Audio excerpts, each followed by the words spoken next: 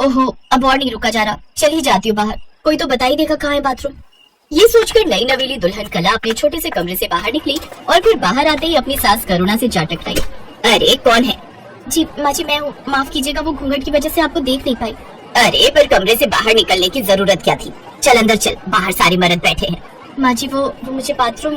अपनी बहू की पूरी बात सुने बिना ही करुणा उसे वापस कमरे में धकेल लाई और फिर, चोरी, तुझे रत्ती भर भी शर्म ना है? बाहर सारे मर्दों के सामने क्या बोली जा रही थी? माँ जी मुझे बाथरूम जाना है, बस वही पूछ रही थी कि कहाँ। क्या कहा? यहाँ घर के पीछे खेत में चली जा।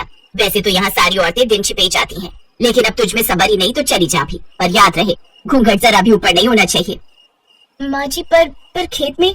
हाँ तो घर के आंगन में जाएगी क्या? माँ जी घर में बाथरूम नहीं है क्या? छी छी छी छी, घर के अंदर ये सब करने की गंदी आदत तुम शहरी लोगों की होगी, पर यहाँ गाँव में हम बहुत साफ सफाई से रहते हैं, समझी? ये कहकर करुणा वहाँ से चली गई और फिर कला बड़ी हिम्मत करके घर के पीछे के रास्ते से खेत की तरफ गई। उस दिन तो किसी तरह कला ने काम चला लिया, लेकिन फिर अगले दिन, सुनो जी यहाँ हमें गांव में कितने दिन रहना होगा? अरे कल ही तो आई हो, मुझे लगा था कि तुम्हें गांव पसंद आएगा। अब गांव तो अच्छा है पर यहाँ की कुछ चीजें ठीक नहीं है। जैसे कि घर में एक बाथरूम तक नहीं है, हल्का होना हो या फिर नहाना धोना हो, सूरज उगने से पहले सारी औरतों को तालाब पर जाना पड़ता है, और फिर एक ही तालाब में इंसान भी जानवर भी। ओहो, और मुझे ये बताओ, ये फर्श पर गोबर की लिपाई अब कौन करता है? बदबू से दिमाग खराब हो गया मेरा तो, ऊपर से ये कमबख्त घूंघट, 1 मिनट के लिए भी इससे छुटकारा नहीं मिल रहा मुझे। और तो और, अरे भाई बस करो, मैं समझ गया, तुम ज्यादा दिन नहीं रुक पाओगी यहाँ। मैं माँ से आज ही बात करूंगा, बस कुछ दिन काम चला लो फिर चलेंगे शहर वापस। अपने पति सुनील की बात सुनकर कला के चेहरे पर मुस्कुराहट आ गई। पहले ही काम की तलाश में अपने गांव से शहर आया था, एक फैक्ट्री में दवाइयों की पैकिंग के काम में लग गया, और इसी बीच उसकी मुलाकात कला से हुई। कला सुनील के दोस्त राजेश की छोटी बहन थी। सुनील को कला पहली ही नजर में पसंद आ गई और इस तरह कला सुनील की पत्नी बनकर अपने ससुराल आ गई, लेकिन यहाँ से निकल पाना अब उसके लिए बहुत मुश्किल था। हाँ ले जाओ भाई, यहाँ सब संभालने के लिए ये बुढ़िया तो है ही, जैसे जीवन भर संभालती आई है वैसे ही आगे भी संभाल लेगी। ऐसा क्यों बोल रही हो माँ? कला मेरी बीवी है, वो तो मेरे साथ ही जाएगी ना। क्यों बेटा, मैं भी तेरे बापू की बीवी थी ना, वो तो ना ले गए थे मुझे अपने साथ, सारी जिंदगी यही ससुराल संभालती रही, बस साल में 2 बार आते थे तेरे बापू, और फिर एक दिन खबर आई कि वो अब कभी ना आवेंगे। पर फिर भी ना तुझे छोड़ा ना अपना ससुराल और ना यहाँ की जिम्मेदारी। अब पूरे कुंबे में तेरे बापू थे सबसे बड़े, आज भी हर त्योहार का पहला पकवान इसी घर के चूल्हे पर पकता है। सोचा था बहू आ जाएगी तो थोड़ा आराम मिल जाएगा, पर नहीं, मेरे नसीब में कोई सुख कहाँ। नहीं माँ ऐसा मत कहो, मैं कला से बात करता हूँ।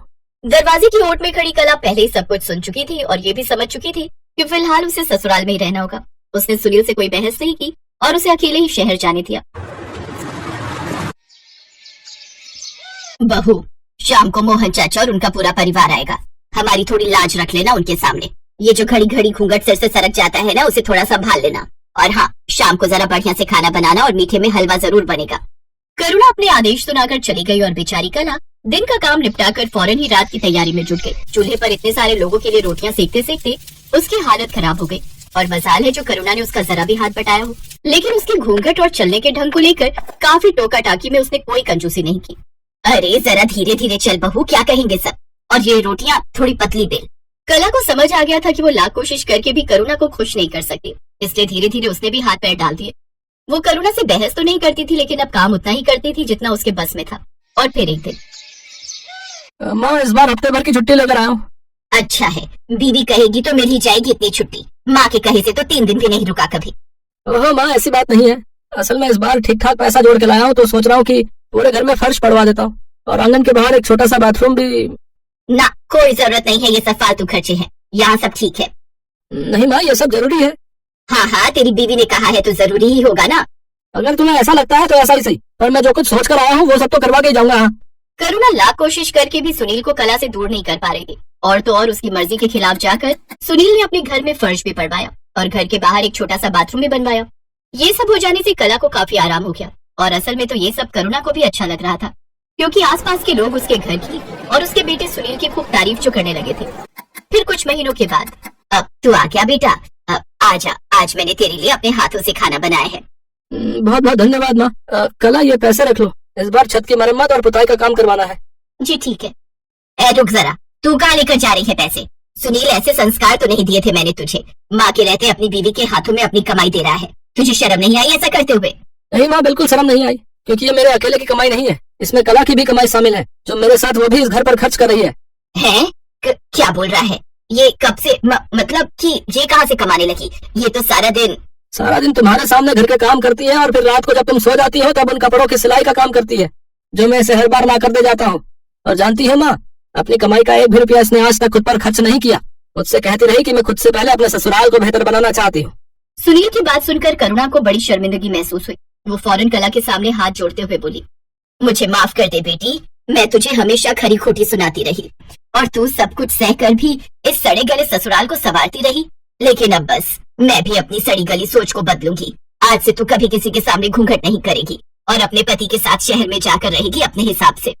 नहीं माँ जी, ना तो अब मेरा ससुराल पहले जैसा है और ना ही आप, तो मैं यहाँ से जाना क्यों चाहूंगी? हाँ माँ, अब कोई कहीं नहीं जाएगा।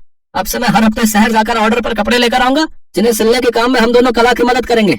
मैंने पूरा हिसाब लगा लिया है, ऐसे हम ज्यादा कमाई भी कर सकेंगे और हमेशा साथ में भी रह सकेंगे। हाँ, तो इस तरह कला ने अपनी मेहनत और सही सोच से अपनी किस्मत बदली और उसका सड़ा गला ससुराल उसका खुशियों से भरा संसार बन गया।